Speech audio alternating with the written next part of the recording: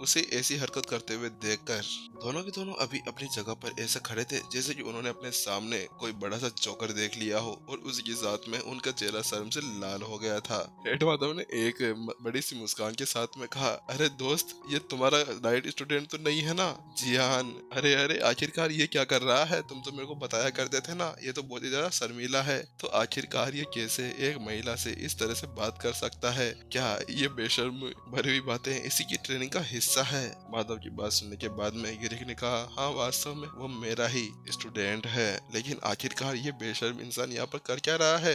अरे कोई लड़की से ऐसे तो ना बात करता है कि साथ में मिलकर शरीर की पेचीदगियों को समझने। अरे बेवकूफ इंसान, तू क्या बोल रहा है? कम से कम ये तो सोच ले। और उसी के साथ में गिरिक ने अपना चेहरा शर्म से छुपा लिया था, क्योंकि अगले ही पल उसने देखा कि उसका वह स्टूडेंट जियान अभी एक लड़के से कह रहा था कि अरे भाई, क्या तुम मेरे साथ में शरीर की पेचीदगी को समझने में मेरी मदद कर सकते हो? लेकिन वहाँ पर भी सेम वही रिएक्शन आया था। उस लड़के ने भी एक जोरदार तमाचा उसी लड़की की तरह रख कर वहाँ से निकल गया। वहीं अब दूसरी तरफ गिरिक का चेहरा इतनी ज्यादा शर्म से लाल हो गया था कि किसी भी पल फटने वाला हो, और वहीं से अब वह अपने चेहरे को छुपाकर वहाँ से भागने लगा था, क्योंकि वह जानता था कि अगर वास्तव में उसके छात्र ने उसको वहाँ पर देख लेता तो क्या पता वो उसके पास में आकर ही उससे मदद मांगने लगता। अरे अगर वो ऐसा कुछ करता ना तो वह इतना ज्यादा बुढ़ा हो गया था कि उसकी बात सुनकर वो वहीं पर ही टपक सकता था। फिर वहाँ से जाने के बाद में कुछ देर आगे जाने के बाद वह एक जगह जाकर रुक जाते हैं, और वहाँ पर जाकर देखते हैं कि एक युवक अभी अपनी एनर्जी को वहाँ पर एक्टिवेट कर रहा था, और उसको देखकर ऐसा लग रहा था जैसे कि वो पेड़ के सामने खड़े होकर किसी तरह की ट्रेनिंग कर रहा हो। अरे ये तो गार्जियन डिवीजन के अंदर से महरम है ना? अरे हाँ, इसने तो अपने शारीरिक शरीर को बहुत ज्यादा मजबूत किया हुआ है, और इसका शारीरिक शरीर अभी इतना ज्यादा खतरनाक हो चुका है कि तलवारों के वार के साथ में भी उसके शरीर के ऊपर कोई निशान नहीं छोड़ा जा सकता। उसको निशान छोड़ने के लिए बहुत ही ज्यादा मेहनत करनी होगी। अरे हाँ, वो तो बात सही है, लेकिन आखिरकार एक सामान्य व्यक्ति को देखने के बाद मुझे थोड़ा बहुत अच्छा लग रहा है, और यहाँ पर मैं थोड़ा बहुत खुश भी हूँ कि कम से कम ये तो यहाँ पर पागल नहीं हुआ था। वरना यहाँ पर जब से आया हूँ ना, तब से मैंने देखा है कि हर कोई कोई ना कोई उल्टी सीधी हरकतें कर रहा था। उसको देखने के बाद में गिरिक ने एक राहत की सांस भी ली थी। हालांकि वो वहाँ पर बोलना जारी रखने ही वाला था कि अचानक से उनके सामने खड़ा हुआ वह लड़ाकू मास्टर अचानक से पेड़ के ऊपर चढ़ना शुरू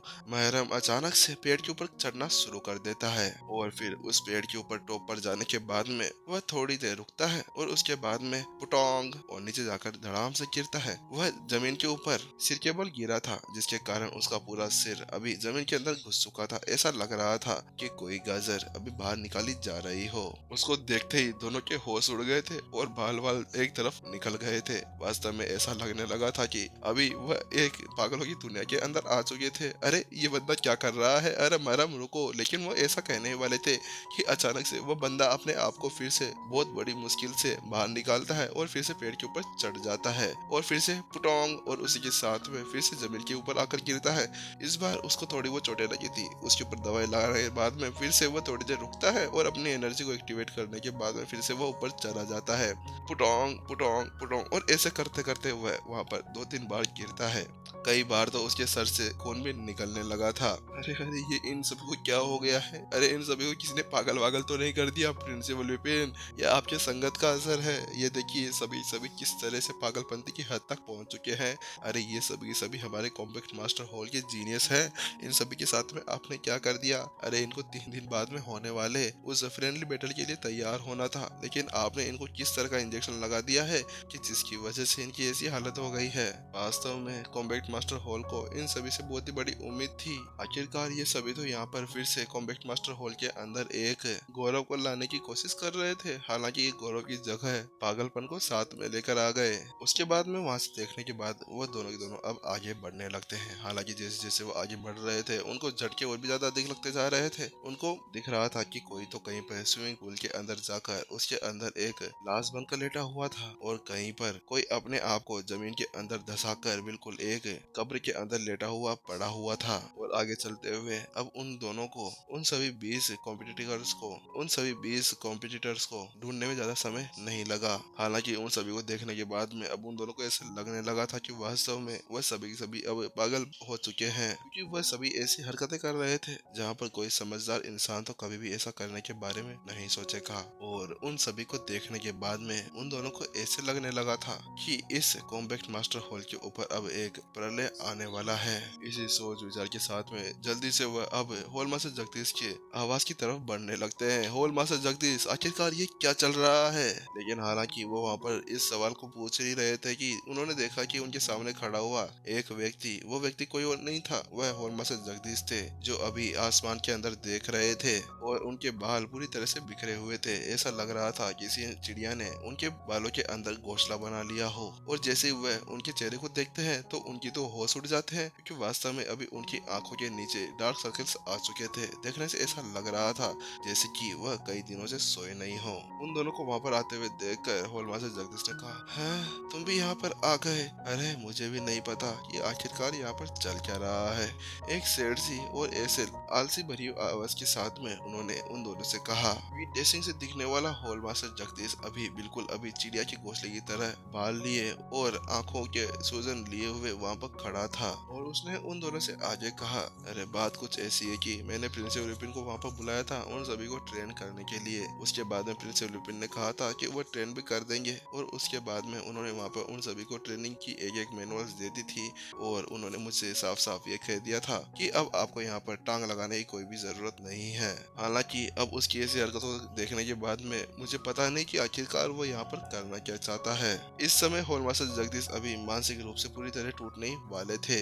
ऐसा लग रहा था जैसे कि वह किसी पल पागल हो जाएंगे, कि वास्तव में उस क्षण उसने ऐसा सोचा था कि प्रिंसिपल विपिन अभी उन सभी को एक अच्छी सी ट्रेनिंग देंगे। हालांकि उसके बजाय उसने अपने पास में से कोई ऐसे ही कागज निकाल कर दे दिए। और जब हॉल मास्टर जगदीश ने उनको देखा ना, तो उनके वहीं पर ही तोते उड़ गए थे। हॉल मास्टर जगदीश की वो बात सुनने के बाद में दोनों पूरी तरह से चौंक गए। और हेड माधव ने पूछा, क्या क्या वास्तव में आप ये बता सकते हैं कि किस तरह से ये एक तरह की ट्रेनिंग है? क्या आपको लगता है कि ये एक प्रशिक्षण माना जा सकता है? और मास्टर जगदीश, आप किसी के साथ में मिले हुए तो नहीं है ना? क्या पता आप रोसा साम्राज्य के इस कॉम्बैक्ट मास्टर हॉल का पतन करने की साजिश कर रहे हो। अब आप भी इसके बारे में नहीं जानते तो अब हम और ज्यादा नहीं रोक सकते और हम अब उसको इस तरह की पागलपंती की हरकतें नहीं करने दे सकते। हम जा रहे हैं उससे वहाँ पर। वो पूछते हैं कि आखिरकार वो यहाँ पर कर क्या रहा है। उन दोनों की ऐसी बातें सुनने के बाद में हॉल मास्टर जगदीश ने उससे कहा, अरे अरे रुक जाओ, मैंने उनसे ये पहले ही पूछ लिया था। हालांकि उन्होंने मुझसे, बताऊं क्या कहा? उन्होंने मुझसे ये कहा कि अगर आपको मेरे ऊपर भरोसा नहीं है तो आप अपने सभी पार्टिसिपेंट्स को खुद ही ट्रेन कर सकते हैं। मैं आपको इसके अंदर कोई भी दखल अंदाजी नहीं करूंगा। उसकी उन सभी बातों को सुनने के बाद में मैंने भी सोचा था कि शायद उनको ये ट्रेनिंग यहीं पे बंद कर देनी चाहिए थी। एक बड़ी सी कड़वी मुस्कान के साथ में हॉल मास्टर जगदीश ने उनसे कहा कि पहली बार था जब उन्होंने ऐसा कुछ ट्रेनिंग में देखा हो कि किस तरह से कोई बंदा इन सभी कॉम्बैक्ट मास्टर्स को ट्रेन कर रहा था। हालांकि अब वो वहाँ पर कुछ कर नहीं सकते थे, क्योंकि वही थे जिन्होंने वहाँ पर विपिन से मदद मांगी थी। वो बातें सुनने के बाद में अब दोनों डिवीजन हेड्स को भी समझ में नहीं आ रहा था कि आखिरकार अब उन्हें उसका विरोध कहाँ से शुरू करना चाहिए। उसके बाद में दोनों अपने आप को संभालते हैं और हेड माधव जगदीश से कहते हैं, क्या आप मुझे बता सकते हैं कि प्रिंसिपल विपिन अभी सभी को ये प्रशिक्षण दे रहे हैं, ये किस तरह का प्रशिक्षण है? माधव की बात सुनने के बाद में जगदीश थोड़ा सा चुप हो जाता है और उसके बाद में वह उससे कहता है, इसकी जानकारी तो मुझे भी नहीं है, लेकिन अब यहाँ पर हमारे पास में 3 ही दिन बचे हुए हैं और इन 3 दिनों के अंदर हम भी कुछ नहीं कर सकते।